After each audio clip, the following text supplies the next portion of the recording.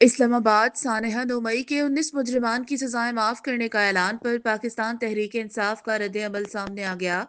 तफसलात के मुताबिक chairman PTI barrister Gohar ने सानहा 9 मई के 19 मुजरिमान की सजाएं माफ करने के ऐलान पर रद्द-ए-अमल देते हुए कहा कि 19 लोगों के लिए माफी का ऐलान बड़ी पेशरफ नहीं है। बुनियादी तौर पर 67 लोग थे, 19 को माफी मिली जबकि 48 ने अपीलें फाइल की हैं। बैरिस्टर गोहर का कहना था कि तहरीक इंसाफ मिलिट्री कोर्ट्स में सिविलियंस के ट्रायल के हक में नहीं, किसी भी सिविलियन का ट्रायल मिलिट्री कोर्ट में नहीं हो सकता।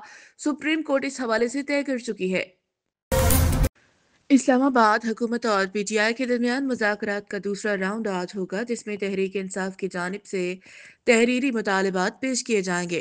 तफसलात के मुताबिक हुकूमत और अपोजिशन की मुज़ाकराती कमेटी के इजलास का ये दूसरा दौर होगा। इजलास पार्लियामेंट हाउस इस्लामाबाद में होगा।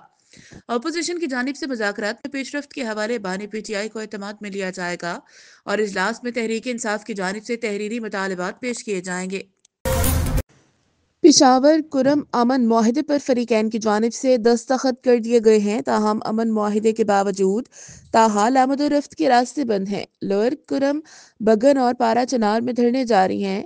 जिला इंतजामिया का कहना है कि मेन शाहराह पर हफ्ते से कानवाए चलाने का सिलसिला शुरू किया जा रहा है। सड़कों की रुकावट किसी सूरत बर्दाश्त नहीं की जाएगी। जिला इंतजामिया का कहना है कुरम तनाज़े के दौरान पारा चनार में बदमनी के मुर्तकिब अफराद के खिलाफ कार्रवाई की जाएगी।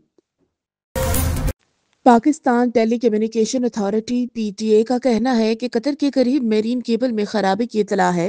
सोशल मीडिया पर जारी करदा पैगाम में पीटीए का कहना है कि कतर के करीब AAE1 केबल पाकिस्तान को आलमी इंटरनेट ट्रैफिक से जोड़ती है, जो 7 जेर समंदर केबल्स में से एक है। इसमें खराबी की वजह से पाकिस्तान में इंटरनेट ब्रॉडबैंड सार्फिन को मसाइल का सामना करना पड़ सकता है। पीटीए का कहना है कि मुतालिका टीमें खराबी दूर करने के लिए कोशिश और निगरानी कर रही हैं।